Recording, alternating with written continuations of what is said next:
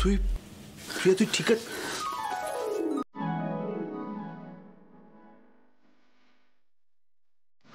কি হয়েছে প্রিয়া? আমি আর এই লুকোচুরি সহ্য করতে পারছি না প্রদীপ, তুই প্লিজ কিছু একটা কর। লুকোচুরি মানে তুই তাহলে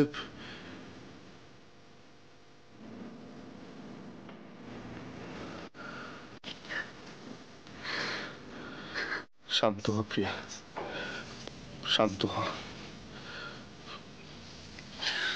সব ঠিক হয়ে যাবে।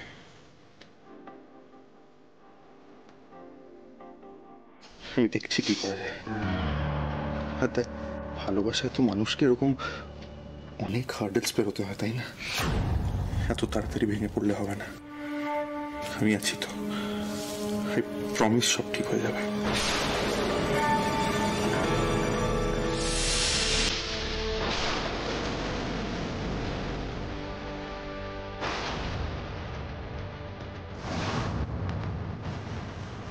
না না, এখন নিজের ভাইয়ের কথা ভাবলে চলবে না।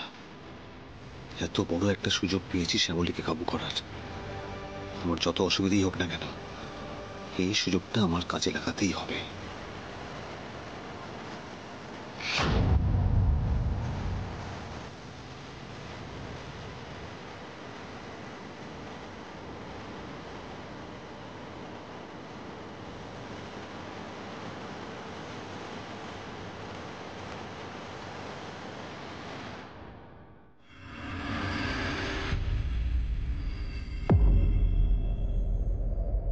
ভালোবাসি, পাগলের মতো ভালোবাসি। ওই জন্য তুমি ভাইফোঁটাটা আটকানোর চেষ্টা করলাম, কিন্তু প্রদীপ আমরা কি বাড়ির সবাইকে কোনোদিন বোঝাতে পারবো না যে আমরা দুজন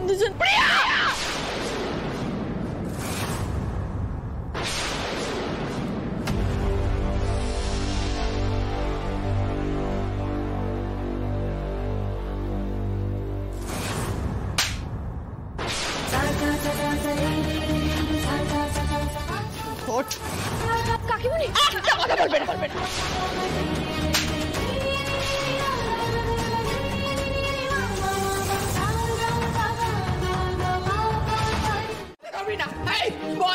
বল ঘরের মধ্যে যেটুকু বল, ঘরের মধ্যে তোরা দুজন মিলে কি করছিলি? কাকিমণি প্লিজ শান্ত হও। এই শোন, চোখে না কেউ কেউ কথা বলবে না, কেউ আসবে না, আমি শুধু প্রিয়ার সাথে কথা বলবো। এই চোখে কেউ ঢুলি মারা থাকে না, বুঝেছিস? দিনের পর দিন সবাইকে বোকা বানাবি, নোংরা বিচ্ছি।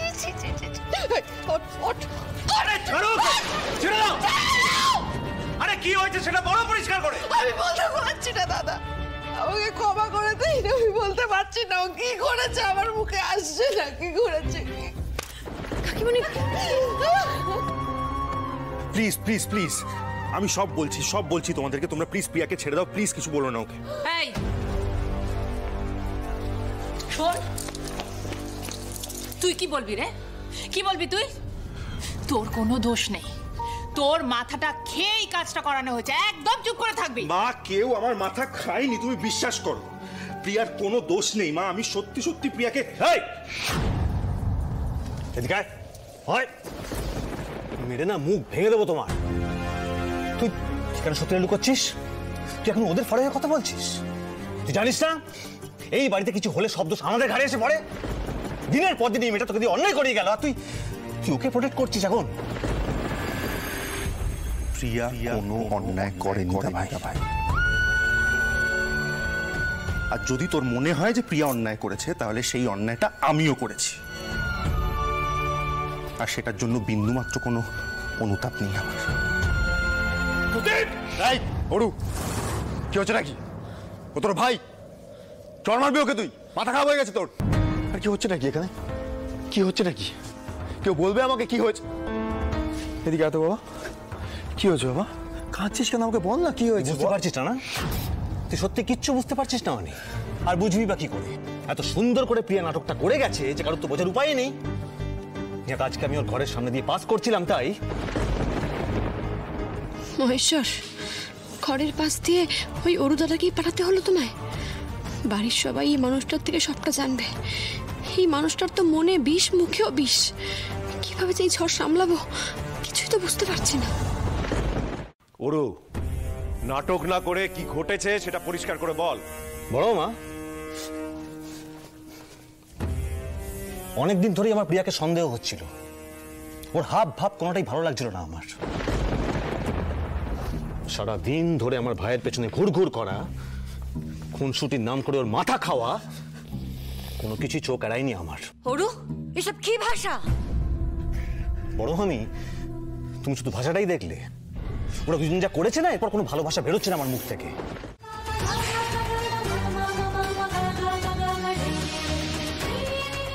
আমাদের বাড়িতে যেটা হয় না বৌদি, সেইটা করেই প্রিয়ার মাথাটা খারাপ করে আমার ছেলেকে পাকে টেনে নামিয়েছে।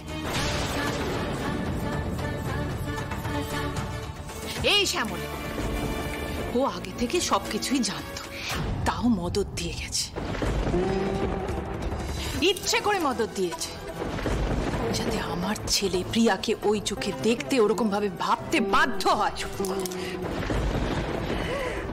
আসলে কি বলতো, প্রতিম তো পুরুষ মানুষ, তাই মেয়ে ফসলানোর দোষটা প্রতিমের ঘাড়ে এসেই পড়বে। আর আমরা তো আরো বেকায়দায় পড়ে যাবো, আর সেটাই ও চেয়েছে। বলো এসব মিথ্যে। চুপ করে থেকো না শ্যামলী। শ্যামলী, আপনি জানতেন?